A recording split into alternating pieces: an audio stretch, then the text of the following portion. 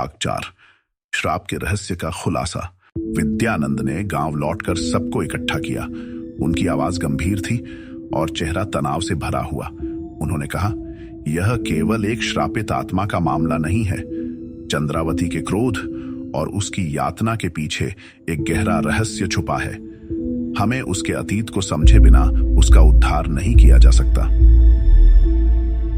गांव के बुजुर्गों ने चंद्रावती की कथा के पुराने पहलुओं पर चर्चा की। एक वृद्ध महिला जो गांव के इतिहास की अच्छी जानकार थी ने बताया, यह सच है कि चंद्रावती ने तांत्रिक अनुष्ठान के दौरान एक बच्चे की बलि दी थी। लेकिन क्या तुम जानते हो कि वह बच्चा कौन था? गांव के लोग चौंक गए। सभी ने सिर हिलाकर मना किया। महिला ने कहा, वह बच्चा उसी राजा का पुत्र था जिसने चंद्रावती को इस मंदिर की पुजारिन बनाया था। राजा ने चंद्रावती पर विश्वास किया, लेकिन जब बच्चे की बलि दी गई तो राजा ने इसे देवी का अपमान माना। वह क्रोधित हुआ और उसने अपनी सेना भेजकर चंद्रावती को बंदी बना लिया। किंवदंती कहती है कि चंद्रावती को जिंदा ही मंदिर के नीचे दफन कर दिया गया था। तभी से यह स्थान श्रापित हो गया। विद्यानंद यह सुनकर गहरी सोच में पड़ गए। उन्होंने कहा, इसका मतलब है कि चंद्रावती केवल अपनी आत्मा के श्राप से नहीं, बल्कि उस अन्याय के कारण भी बंधी हुई है जो उसके साथ हुआ था।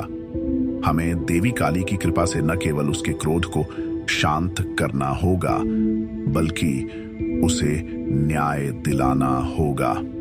इस बार विद्यानंद ने गांव के कुछ साहसी युवकों को भी अपने साथ शामिल होने के लिए कहा। उन्होंने चेतावनी दी, यह आखिरी मौका होगा। अगर हम असफल हुए तो यह आत्मा और भी प्रचंड हो जाएगी। अगली पूर्णिमा की रात विद्यानंद और उनके साथियों ने मंदिर में प्रवेश किया।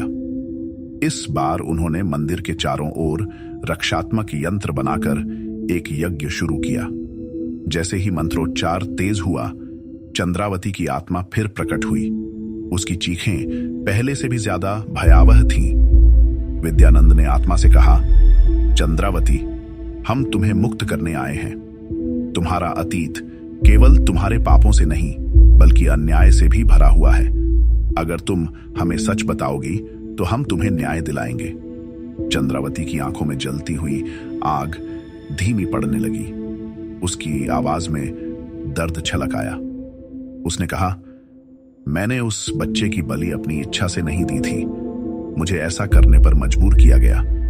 राजा ने अपने राजनीतिक हितों के लिए इस मंदिर का उपयोग किया और मुझे देवी के नाम पर बलि देने को कहा। मैंने विरोध किया, लेकिन उन्होंने मेरे परिवार को मारने की धमकी दी। मैंने जो किया वह पाप था, लेकिन मेरी नियति मेरे हाथों में नहीं थी।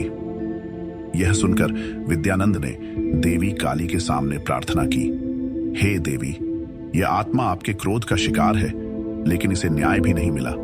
कृपा कर इसे अपनी शरण में ले, इसे मुक्त करें। जैसे ही प्रार्थना पूरी हुई, मंदिर में रोशनी फैल गई। चंद्रावती की आत्मा शांत हो गई और वह एक हल्की रोशनी में बदलकर मंदिर से निकल गई। गांव के लोग दूर से यह चमत्कार देख रहे थे। आगे की कहानी में चंद्रावती की आत्मा की मुक्ति के बाद गांव और जंगल पर श्राप का अंत होता है, लेकिन उसके पीछे कुछ और गहरे रहस्य सामने आते हैं।